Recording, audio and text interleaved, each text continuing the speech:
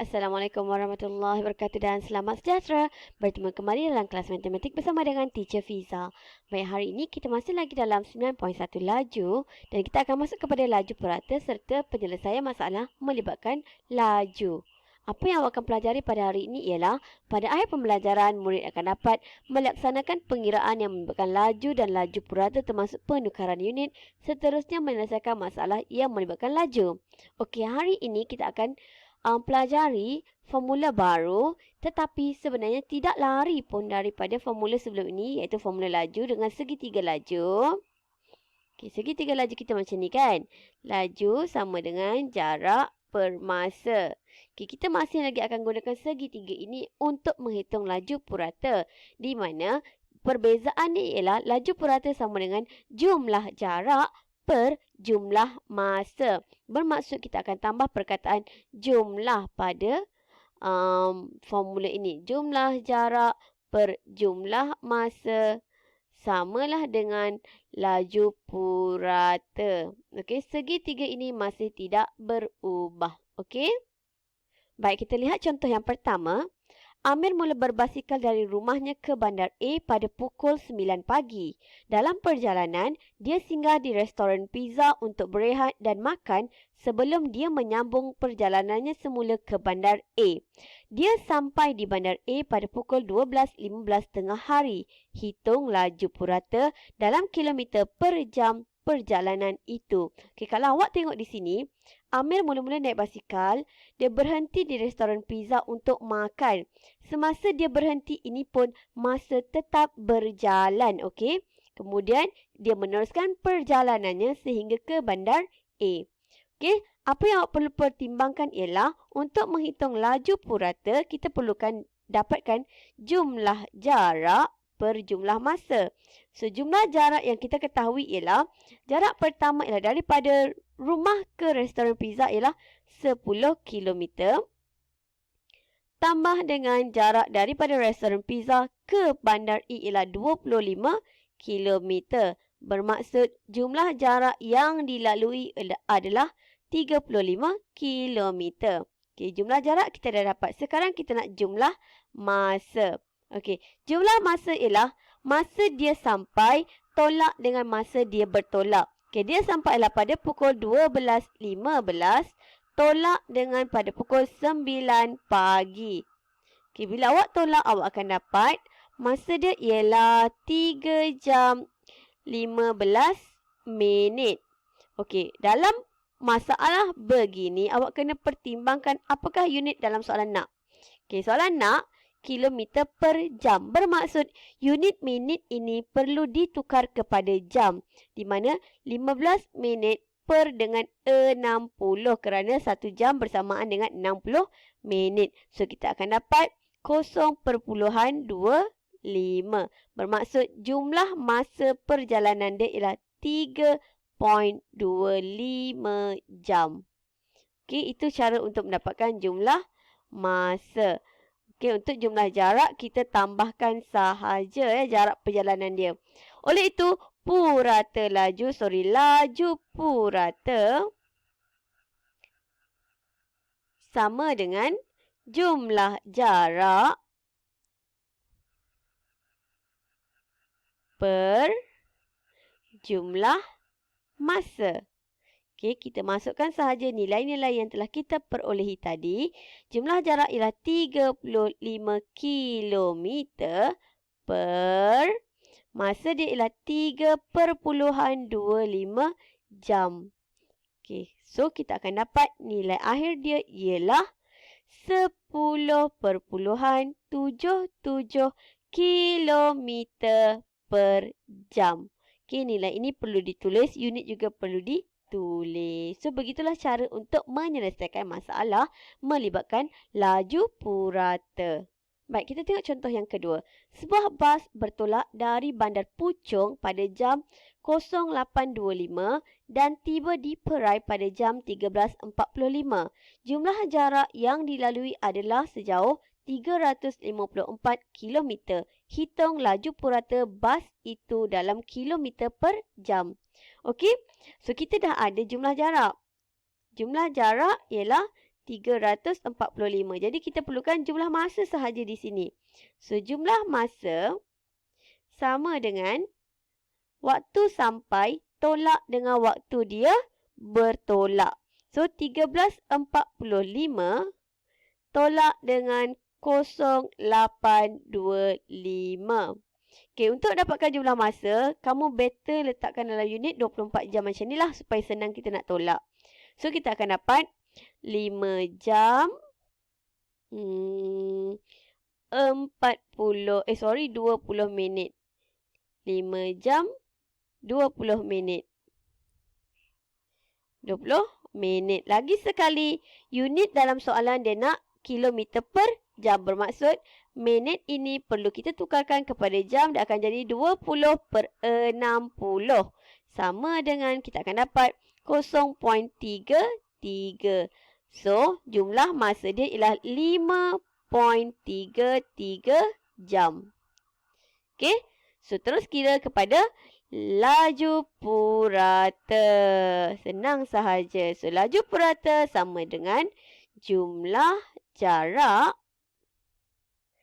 per dengan jumlah masa.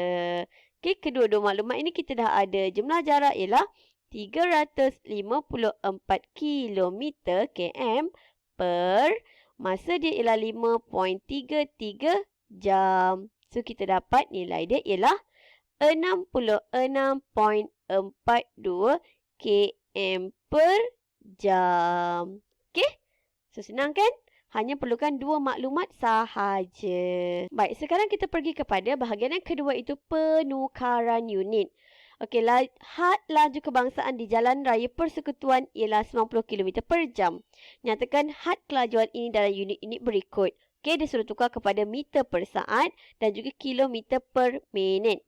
Okey, awak kena ingat, kilometer, penukaran unit asas ini kepada meter, kepada sentimeter, kepada milimeter. Okey, ini ialah unit untuk jarak. So, kalau kilometer nak kepada meter, kita akan darab 1,000. Meter kepada sentimeter darab dengan 100. Sentimeter kepada milimeter kita darab 10. Dan sebaliknya, bahagi 10, bahagi 100 dan bahagi 1000. Ini adalah untuk pengukuran jarak. Bagaimana untuk masa? Masa kita ada jam, minit dan saat. Ini awak kena ingatlah. Jam kepada minit kita akan darab 60. Minit kepada saat pun kita akan darab 60. Dan sebaliknya, kepada unit yang lebih besar kita akan bagi 60.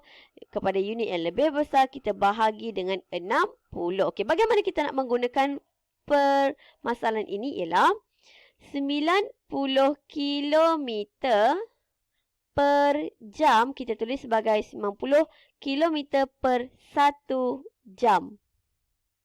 Okey, sama dengan 90 kilometer nak tukar kepada meter, kita kena darab dengan 1000. Jadi darab 1000. Unit dia sekarang dah jadi meter yang atas per jam nak tukar kepada saat. Saat daripada jam nak tukar kepada saat yang ni, kita kena lompat 2 kali. Jam darab 60 baru sama minit. Nak jadi saat dia darab lagi sekali 60. Bermaksud 1 darab 60 darab 62 kali untuk saat. Okey? So, dapatkan dahulu nilai yang atas. Kita akan dapat jawapan akhir dia ialah 25 meter per saat. Okey, itu cara penukaran unit. Tengok contoh yang kedua. Kilometer per minit. So, asal dia ialah 90 kilometer per 1 jam. Ini unit asal dia. Sekarang dia nak awak tukarkan kepada kilometer per minit. Okey. So, kilometer yang atas sama kan? Sama kedua-dua ni. Kilometer tidak berubah. Jadi, tak perlu darab apa-apa. Kekalkan 90 berada di atas. Sekarang minit nak tukar kepada jam, jam nak tukar kepada minit, kita kena darab 60. Bermaksud 1 darab 60. So, kita akan dapat jawapan akhir dia ialah 1.5 kilometer per minit. Tuliskan sebagai MIN kerana soalan minta begitu. Itu ialah short form kepada minit. Baik, ini contoh yang seterusnya. Tukarkan 120 meter per saat kepada kilometer per minit. Okey, 120 meter per saat bermaksud 1 saat. Dia suruh tukarkan kilometer meter. Kan hubungannya begini tadi. Darab 1000 kalau kilometer nak jadi meter. Sekarang soalan dia ialah meter tukar kepada kilometer. So, tukar kepada kilometer. Dia ialah terbalik bermaksud belah bawah ini bahagi 1000. Apa jadi? 120 bahagi 1000 untuk yang atas. Okey, untuk yang bawah, daripada minit kepada saat, kita darab 60.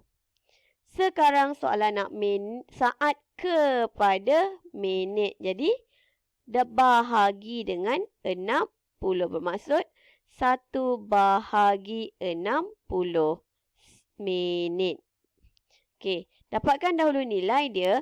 120 bahagi dengan 1000, kita akan dapat 0.12 per 0.017 kilometer per minit. Bersamaan dengan 7.06 kilometer per minit. Okey, semudah itu sahaja cara menukar unit. Baik, akhir sekali kita pergi kepada penyelesaian masalah. Kamila telah memenangi pingat emas dalam acara Triton Wanita. Beliau memulakan acara dengan berlari sejauh 10 km, diikuti dengan acara renang sejauh 1.5 meter, 1,500 meter dan diakhiri dengan 40 km secara berbasikal. So, jumlah jarak unitnya kena disamakan. Okey? Soalan nak dalam kilometer. Jadi, semua ni tukar kepada kilometer.